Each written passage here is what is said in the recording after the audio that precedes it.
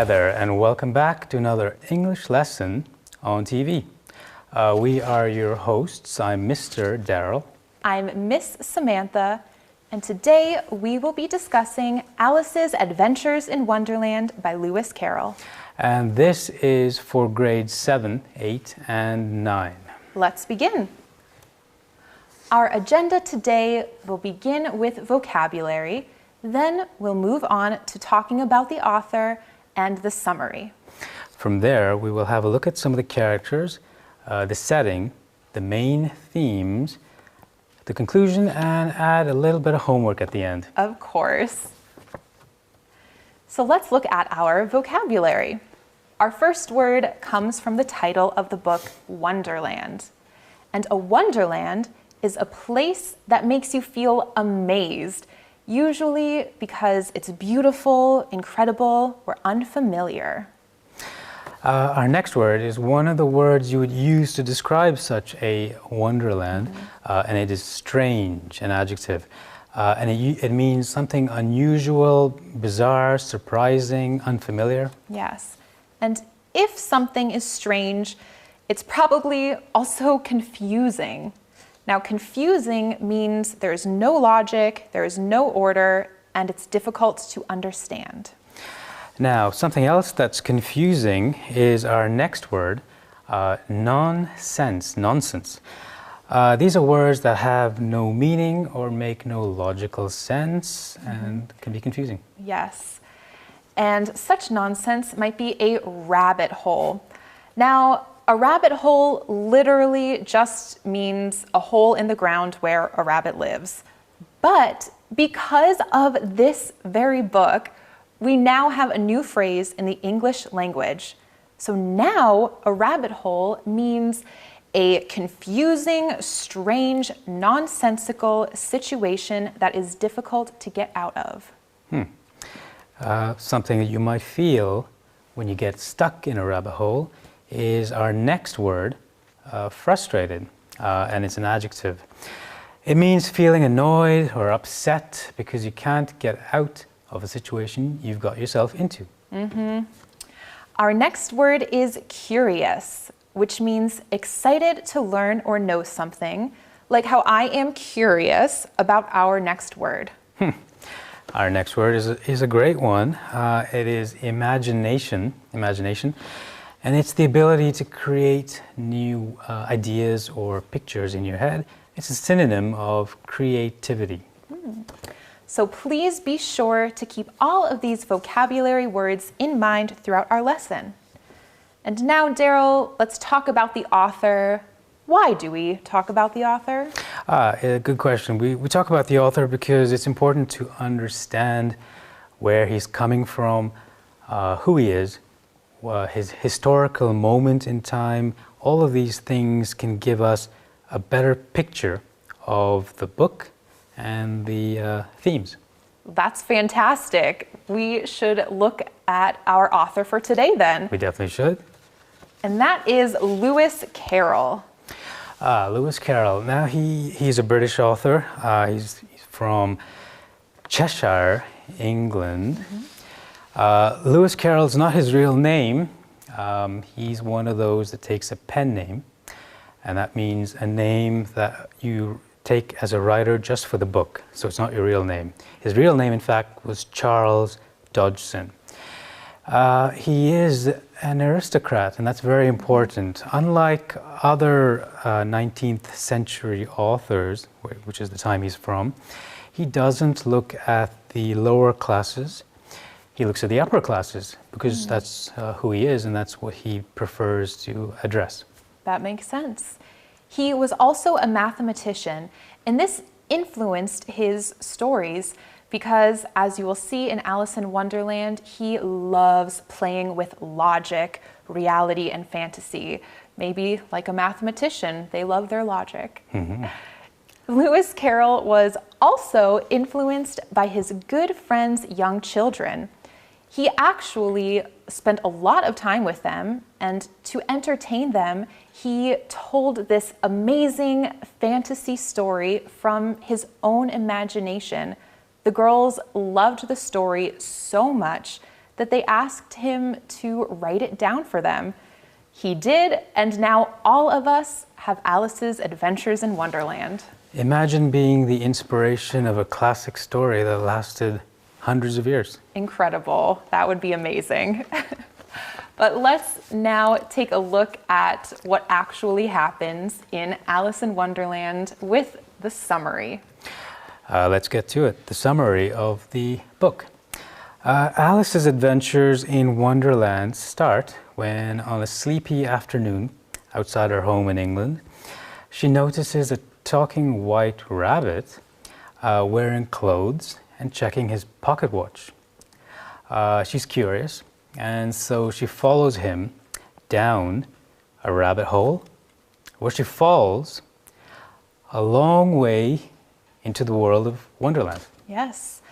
From there, Alice finds herself in one confusing situation after another. For example, during her time in Wonderland, Alice drinks a potion that makes her tiny, eats a cake that makes her giant, swims through her own tears, goes to a tea party that never ends, plays a game with live flamingos, and participates in a huge trial all about who ate the Queen's desserts. Along her travels, Alice also meets very interesting and strange characters. She's often frustrated by the new people or animals that she meets because she thinks that they are saying confusing nonsense, which often they are. Finally, one of them, during one of her strange experiences, and it seems like she's going to be in big trouble, she wakes up outside her house in England. And we realize that the whole thing had been a dream, and it was all because of her imagination. What an amazing imagination that girl has. Quite a dream, too. Yes. And we met some crazy characters. Let's talk a bit more about them. Yeah, as you know, characters in a book are how you move the story along. So it's good to have a look at them sometimes. There can be many different types. There's protagonists, otherwise known as the heroes. There's antagonists, otherwise known as the bad guys. There are main characters, minor characters, and this book is full of crazy characters. Our protagonist is Alice. Now Alice, the girl, she's only young. She's about 7 years old, and she's very imaginative. She's also very curious about everything, and this is the thing that gets her often into trouble.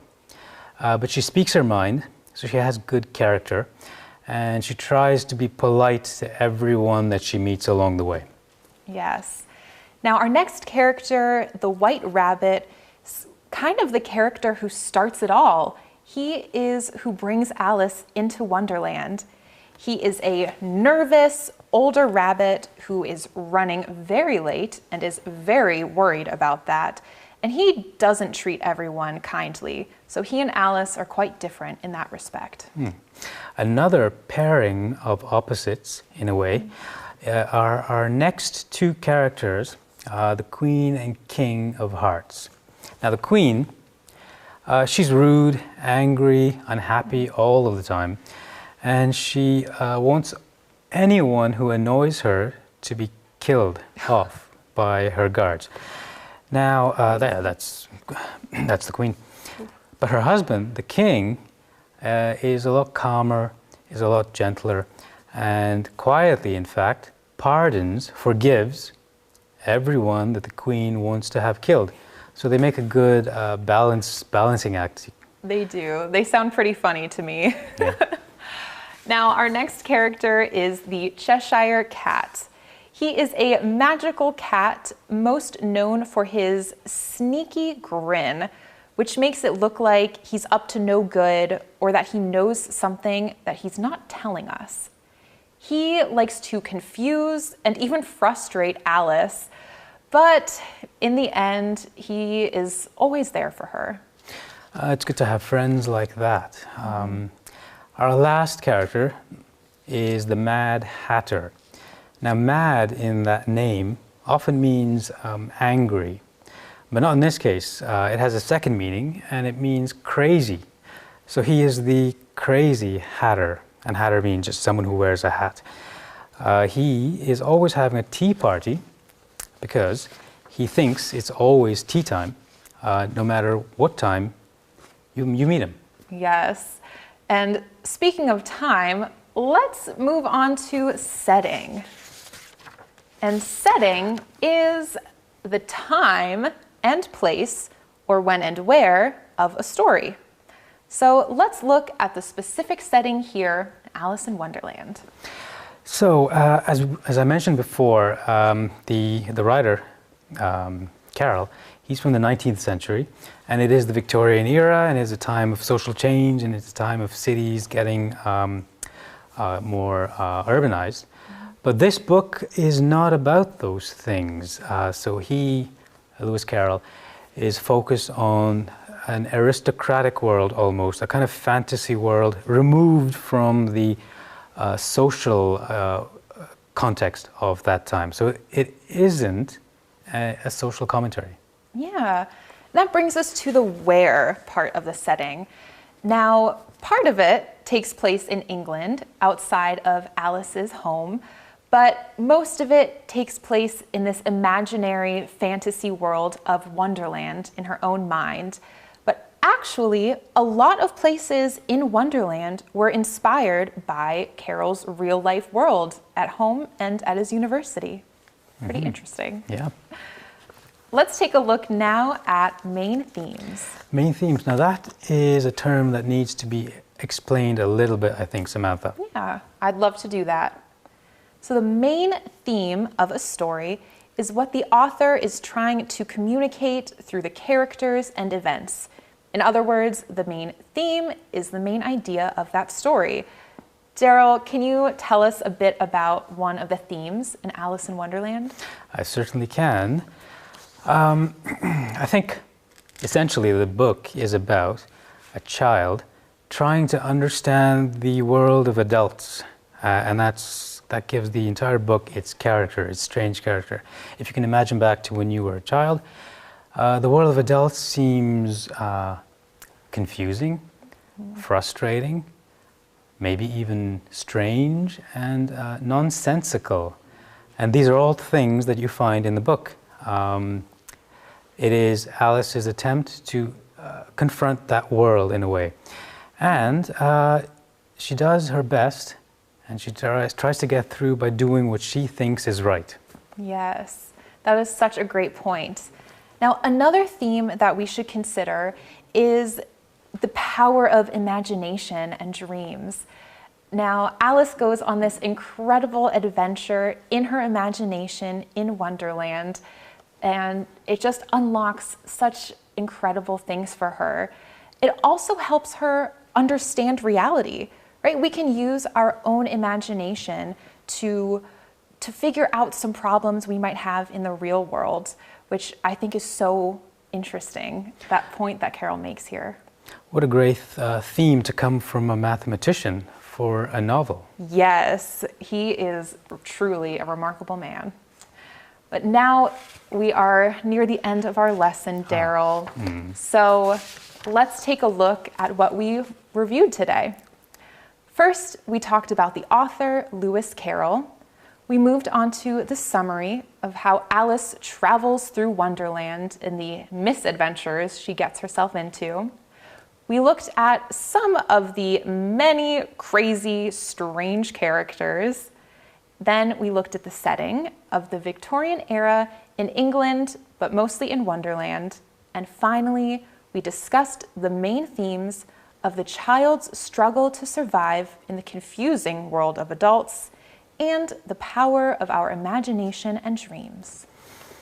This would be a good time to look at the words we mentioned at the beginning of this lesson. And let me recall them for you now, one by one.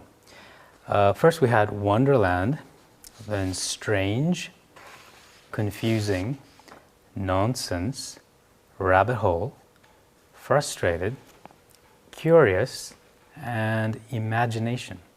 Yes, so be sure to review those at home. And we have something else for you to do at home as well, which is our homework for the day. I suppose it wouldn't be a lesson without homework. Now, something I'd like to mention, Samantha, we've both enjoyed looking at all of the essays and submissions and stories and projects that have been coming in from students all over Georgia. And I think it's been a great way to actually get them involved in our little table discussion. Yes, I absolutely agree. Everyone has had such incredible ideas. Honestly, Daryl and I have been learning a lot from you guys. So please continue to participate and join us in these lessons by submitting your homework to us. Our question of the day for you students is create your own wonderland. Use your imagination to think of a strange setting, confusing characters, and a silly summary of your short story. Yes, I am so excited to read these. I love this idea. So again, submit these to us at englishbookeducation.co.uk/homework. We'll give them a read. And thank you again for joining us today. It was wonderful chatting with you. We'll see you all next week. Have a great week. Bye, everyone. Goodbye.